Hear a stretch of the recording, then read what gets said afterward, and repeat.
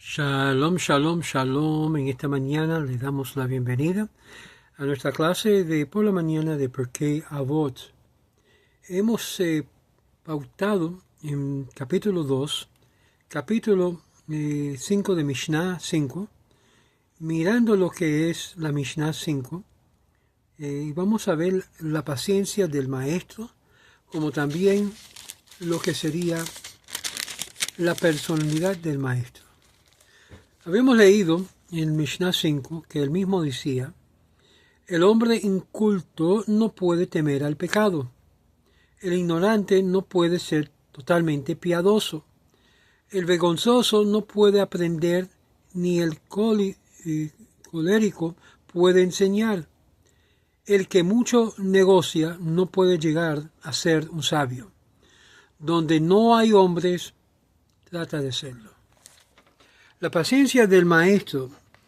El deber del judío consiste no solo en aprender el contenido de la Torá, sino también en transmitírselo a la generación siguiente.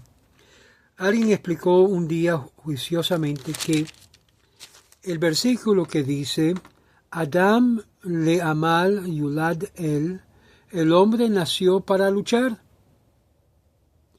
Adam le amal yulad Lamed Ayin Mem Lamed. Las siglas de Limod al Menat le Lamed. El hombre ha nacido con el fin de aprender para enseñar.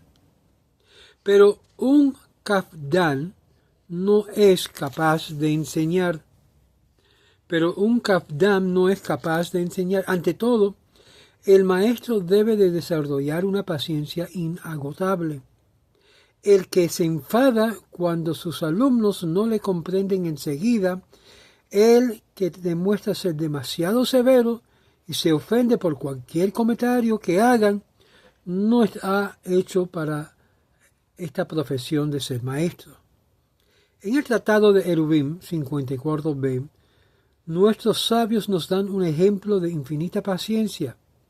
Rabbi Pereda tenía un alumno que había que explicarle 400 veces la lección para que entendiera perfectamente que un día se produjo un acontecimiento inesperado que obligó al Rabbi Pereda a marcharse de la escuela, y sin embargo no lo hizo antes de repetir 400 veces las explicaciones referentes al tema que estaba tratando. Pero el alumno estaba tan turbado por el temor que sus maestros se interrumpiera y se marchara antes de concluir, que no había puesto bastante atención a lo que decía el Rabbi Pereda, y seguía sin entender a pesar de las 400 repeticiones, hasta el punto que el maestro tuvo que volver a explicarlo todo desde el principio los 400 veces más para conseguir que sus discípulos comprendieran la lección. El Tratado de Megilá 27b habla de este mismo Rabbi Pereda como un maestro de cualidades insuperables. Se dedicó a estudiar y a enseñar incansablemente de una manera totalmente desinteresada, por lo que Dios le permitió alcanzar una edad muy avanzada. Rabbi Akiva nos dice en Eruvin 54b que el maestro debe de procurar que sus alumnos entiendan bien lo que han aprendido y que conozcan al fondo el tema estudiado y los que se convierten en su bien espiritual. Si un jajam, un sabio, procurara también que andando en el tiempo sus alumnos lleguen a ser sabios a su vez, pero si el maestro se deja de absorber por las otras ocupaciones durante el tiempo que se supone deber dedicar a las clases, no alcanzará este propósito y por lo tanto, Vejol Hamravá, el muchacho negocia, no puede convertirse en un sabio. Ilfa y Yohanan eran dos alumnos igualmente dotados para el estudio, y gracias a sus maestros ambos adquirieron conocimiento muy extenso, pero estaban en la miseria, no podían mantenerse a sí mismo y su familia.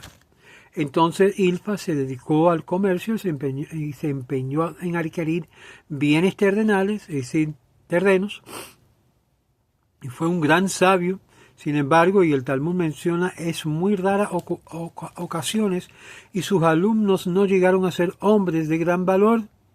En cambio, Yohanan perseveró en el estudio y en la enseñanza, y a lo largo de los años de miseria y desgracia se convirtió en el célebre Rabí Yohanan, el gran maestro de Israel, y sus alumnos Rabino Shimon ben Lakish y Rabino Elazar y Rab Kahana y Rabba Barjana y Rab Gia Bar Arba y otros más también alcanzaron tremenda notoriedad. La personalidad del maestro.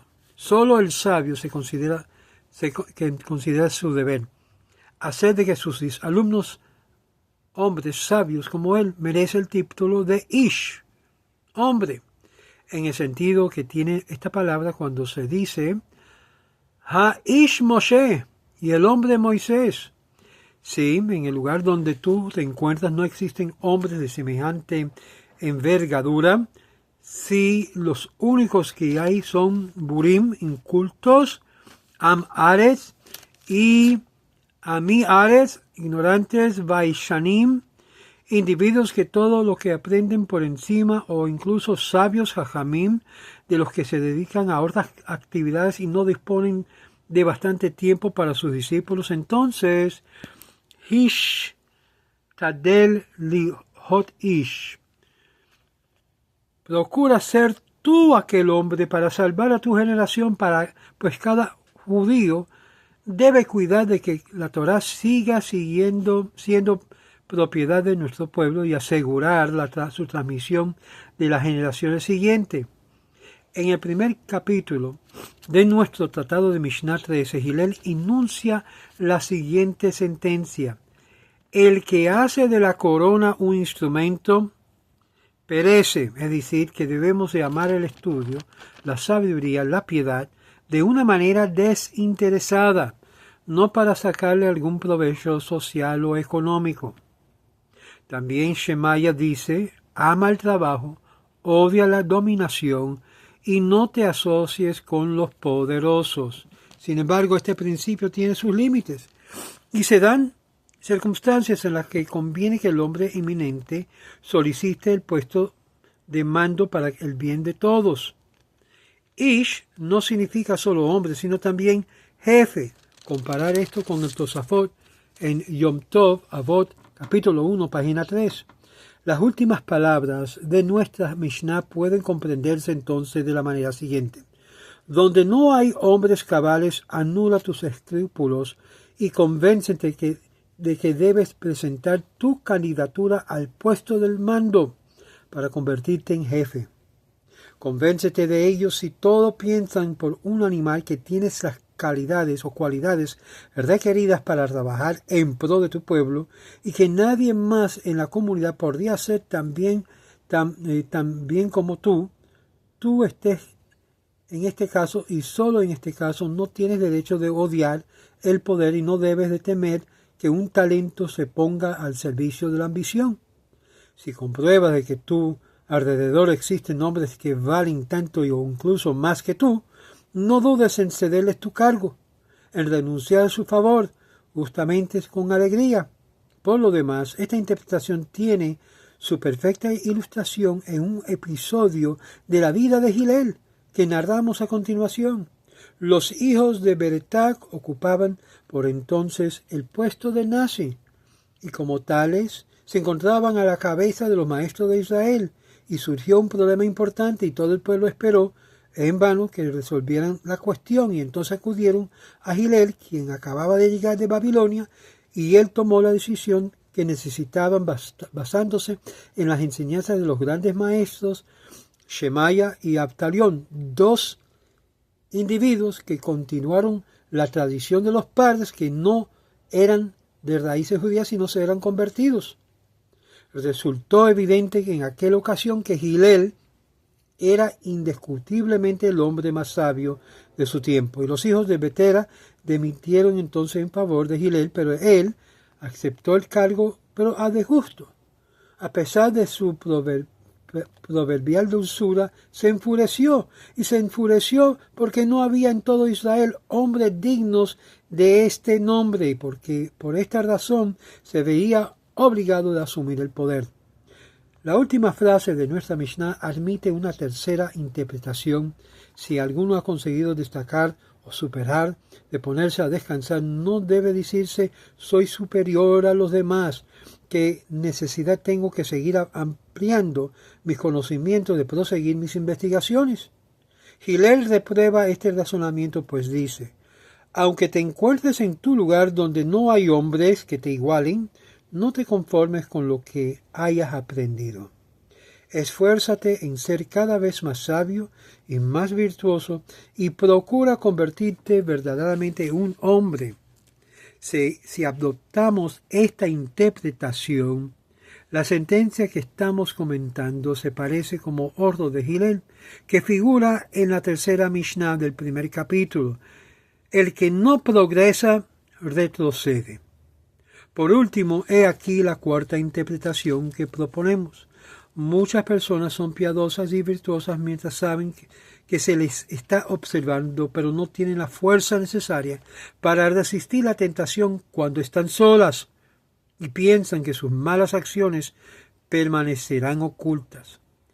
Hillel les hace la siguiente recomendación.